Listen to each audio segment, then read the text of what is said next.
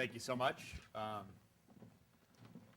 thought I was going to be the one with the worst mouth up here, but no. Thank you so much, Michael.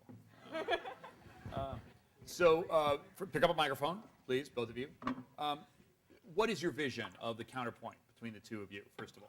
Well, I thought of I invited Michael Sorkin when I first saw him speak at the public space dialogue, and then I read his work. I've been reading his work since I was an architecture graduate, and he's always inspired and enlivened me and everything. But I also thought about, and we're probably going to disagree on some points. No.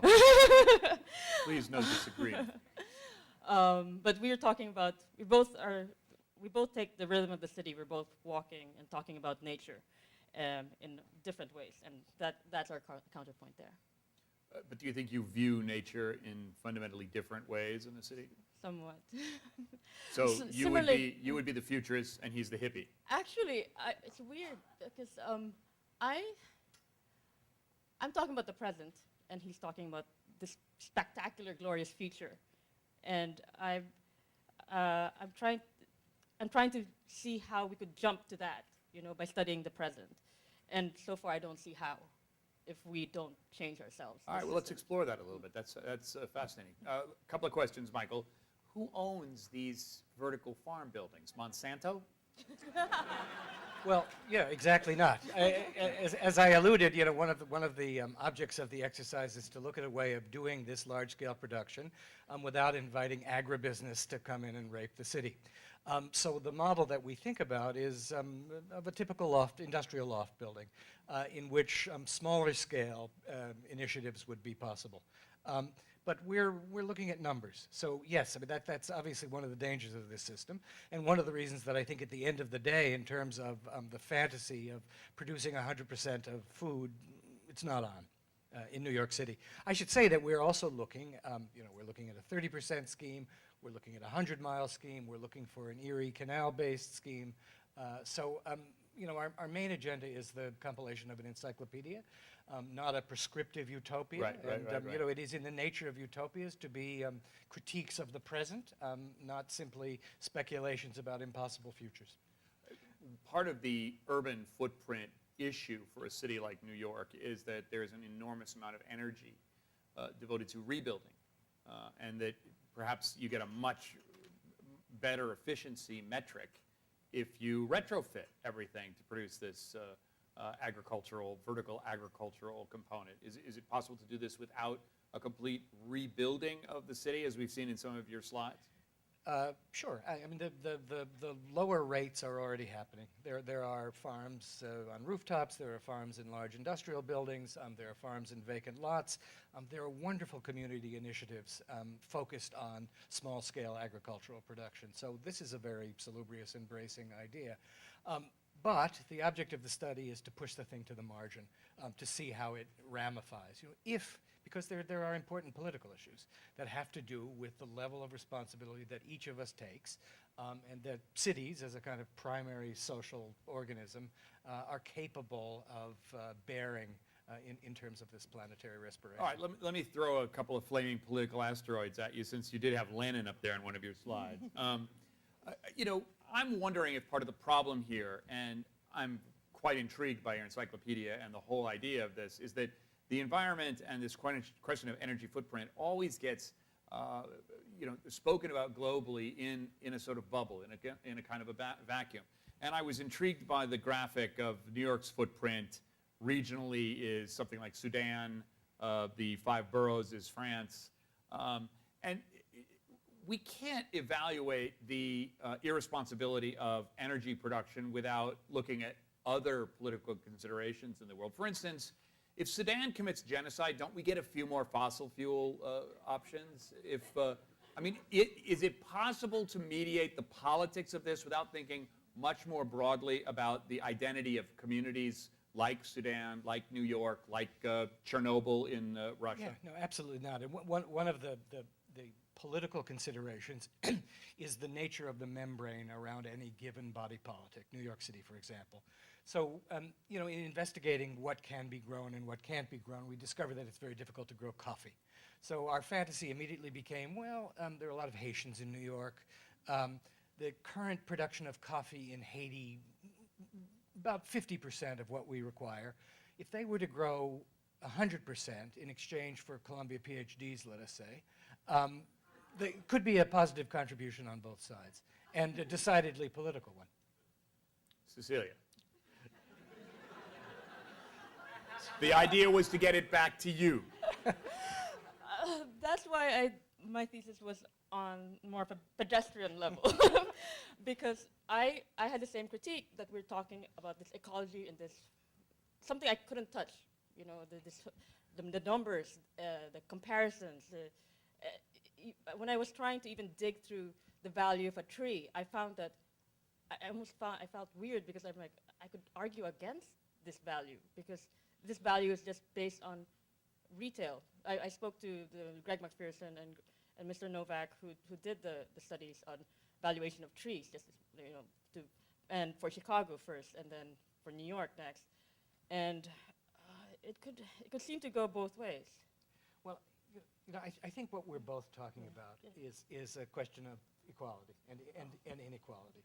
So one of the crises we face in New York is the fact that Central Park, you know, the parks in better neighborhoods have their donors and are well funded, and you know, now we see that Flushing Meadow Park has to be sold to the Gulf states in order to sustain itself.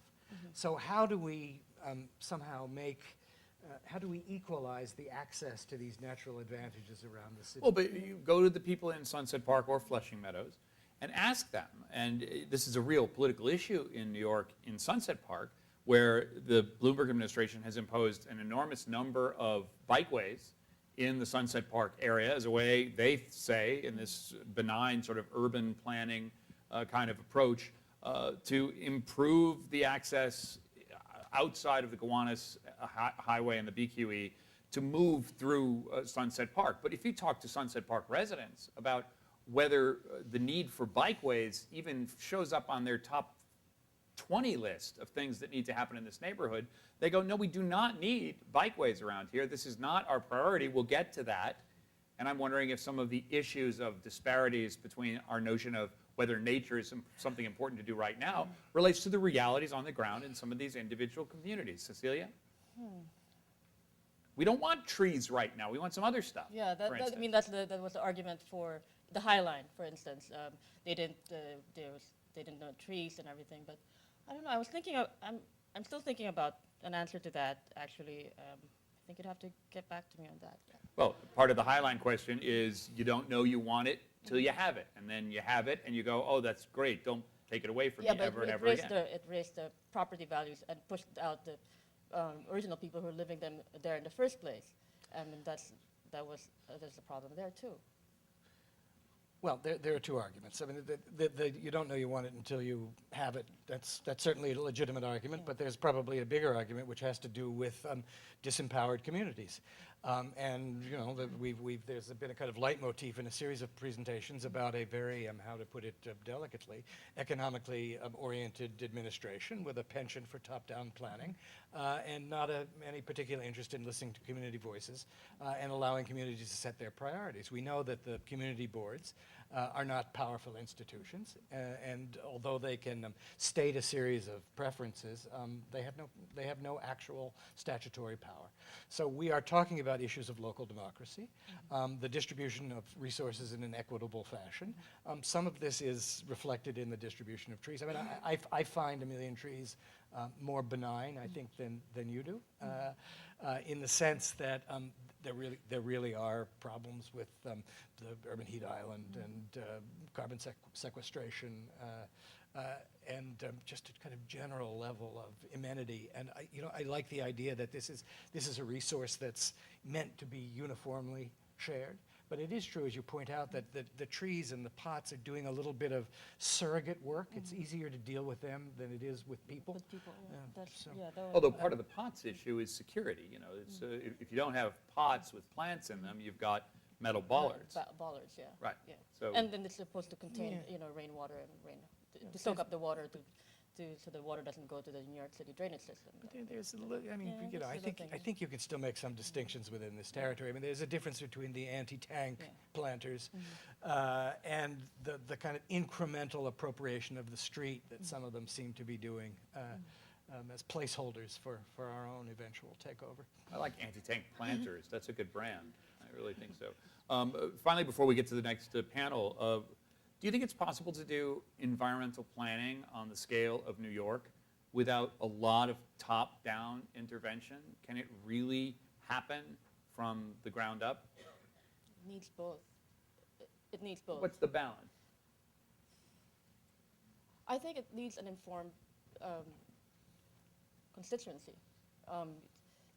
If people philosophize or talk about or think about nature growing up, and they could be the audience, then you won't need the top down that much. If the bottom up is, can be educated, or at least question, or still question, or simply question about it.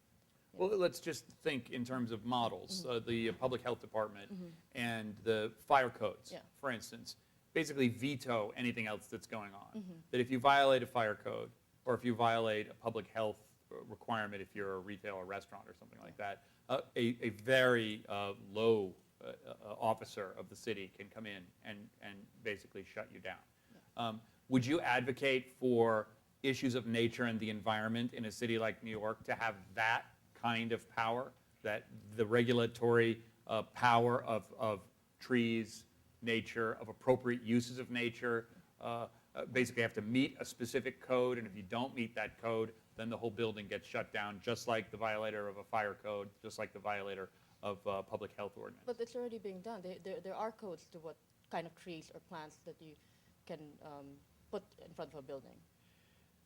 And that's inappropriate or working?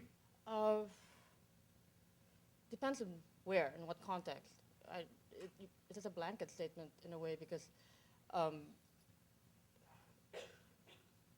me think. Looking for the Yeah. balance. Yeah, Michael? balance, I'm, 100% with my comrade Cecilia. But you probably read an urbanist, Henri Lefebvre. Yeah. And a lot of people are organizing around this concept of his called the right to the city.